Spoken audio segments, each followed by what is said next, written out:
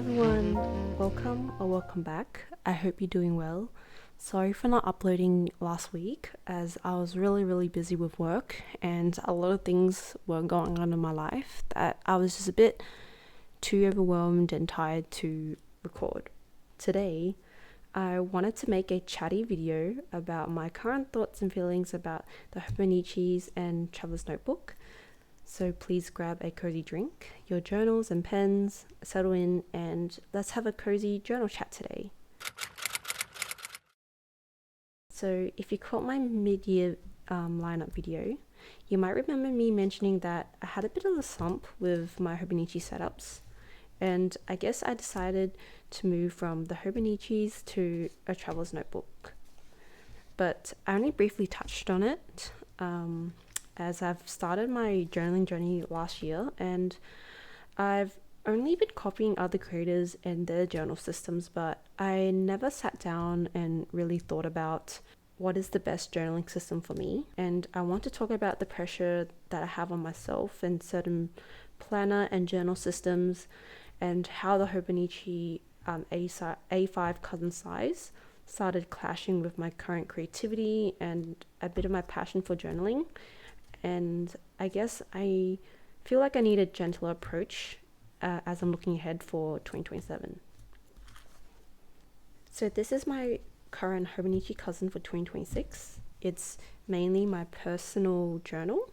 I've already gone through what each section in this journal I'm using for in my previous lineup video, so I won't go through it again. But I think I'll go through more in depth with my daily pages, as my dailies are more my daily personal journaling. I started off this year writing a prompt on the side here and maybe 2 entries, one in the morning and one in the evening, as I don't think I could fill the pages with so much daily writing and journaling. I've also tried to fill the space with stickers and doodles, but I guess I feel like there's also a bit of a guilt inside me where when I leave blank spaces, it's kind of a weird feeling that I guess I just don't really like blank spaces.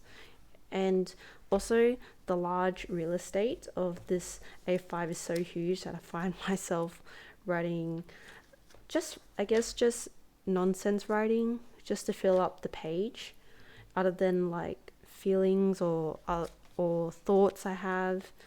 And I guess that's why I migrated to have my thoughts and feelings written in this passport size traveler's notebook, in this book right here, in this insert right here.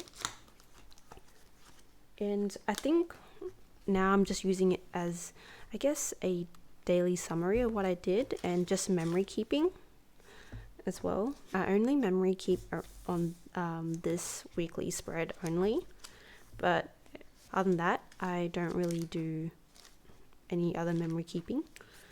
The Hobonichi Cousin is a stunning book and the paper is amazing. I love the Tomoe River paper.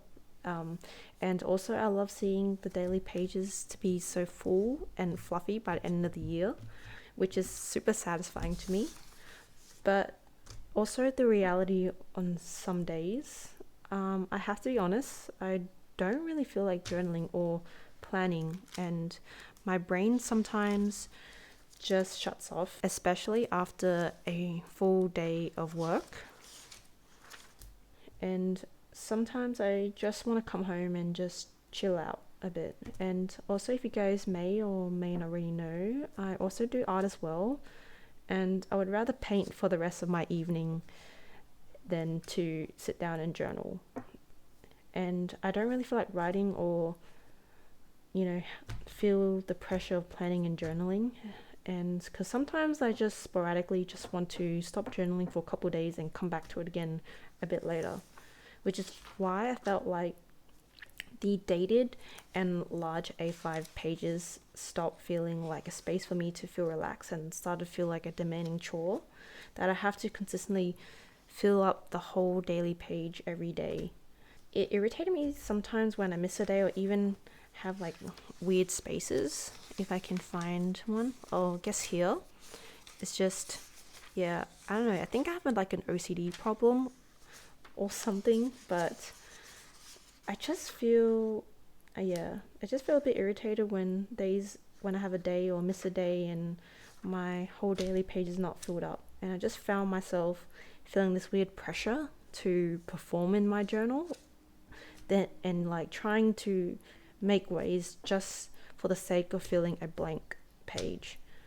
And also it just made me feel like I'm not wasting the book. And to be honest, the Hobonichi cousin is really expensive, especially living in Australia, because the shipping from the Hobonichi store to Australia is like around $50, which the book would cost I think 45 from what I remember, Australian dollars back in Japan. But when you having to ship, it ends up being in total $100. I just think the structure now with the Hobonichi cousin that I originally reached for to ground me end up making me feel uneasy and a bit overwhelmed. That friction is exactly why I kind of had to give myself permission to pivot mid-year into the Traveler's Notebook and the Passport for a bit more freedom.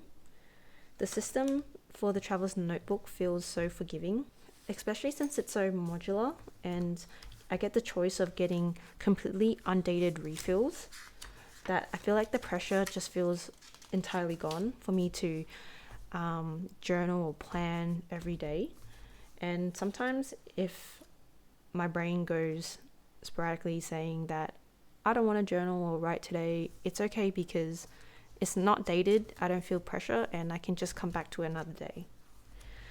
Also, that's why I said, I think my last video where I completely ditched the Hobonichi weeks, because it was super dated and I was trying to fit everything, do everything in here, which made everything just feel so overwhelming. So that's why I kind of ditched the Hobonichi weeks. But also, as I said in my last video, I'm keeping this still as a ink journal. But yeah, I think the Traveler's Notebook kind of helped me let go of my perfectionism and finally feels like I guess, companion and a nice, easy planner system rather than something I have to keep up with. And also daily writing. With my Hobonichi cousin, I can write more. I guess I can easily come to my thoughts journal and just write down what I feel. I guess it's something a bit more of an emotional journal for me. I mean, I can still do like an emotional journaling in my Hobonichi cousin, but I feel like I might write too much or might write too less. But I guess I don't really mind it right now because I guess I'm doing pretty well with writing a prompt and tarot reading as well, and also just a kind of a memory keep, like end of the day recap of my day.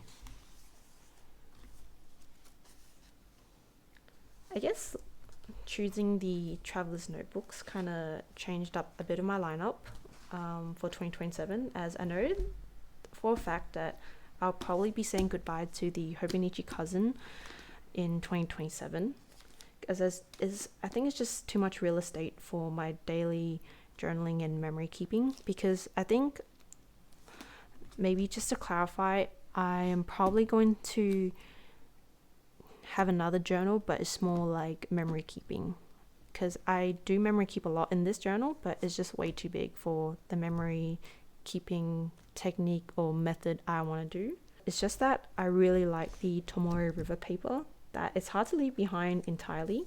So I'm also considering an option of stepping down from the A5 size to the Hobonichi Techo, which is in the A6, I believe, for next year, as I feel like an A6 size would be so much more cozy. Also, I just want to also say that another option I could use for memory keeping is the Traveler's Notebook in the regular size. So I just got this Traveler's Notebook in the regular size, I think around 2 weeks ago, and right now I'm using it for my morning pages. I only started morning pages since I got this TN last 2 weeks ago. I was going to use this for my trip to Europe, but in the meantime, I thought it would be nice to have a daily morning page as well. So yeah, I've been using it just as morning pages and also testing out different fountain pen inks I've been using. I feel like it's something that I actually really need in the mornings, just to write down all my thoughts, because I feel like I'm so much of an overthinker that I just overthink so much in the morning when it's only like 9 a.m. and I'm thinking about like 10 different things. Going back to the Hobonichi Tetra in the A6 size, I just feel like it's a bit more cozier and more approachable. Just enough for me to tuck away like a single daily memory keep or reflection or any small enough thoughts. And when I'm lazy, I don't feel the pressure of filling up like an entire A5 size real estate page. And I think I want to continue with an A6 due to me just wanting to memory keep really, rather than a dedicated maybe daily journal or emotional journal. I think for next year I am definitely thinking about still going with my traveler's notebook in the passport size for planning, and maybe a small A6 size for my memory keeping. I feel like it can be really hard when a system isn't working, especially when I've invested like my heart and time into it. But I think forcing myself in a book, a journal that creates friction, for me feels like it's not worth it. But I would also love to hear your thoughts as well. And if you feel the blank page anxiety, or if you have ever had to break up with a plan or journal halfway through the year because it wasn't working for you anymore, I would love to hear your planner guilt and what changes you have made. And I just also want to say thank you guys so much for spending this little pocket of your day listening to me chat about Hobonichis, traveler's notebook, and just journal and planners. If you want to stay for a while and see how my new system evolves, I'd love to see you guys again soon. Please take care of yourself, and I'll see you in the next video. Bye!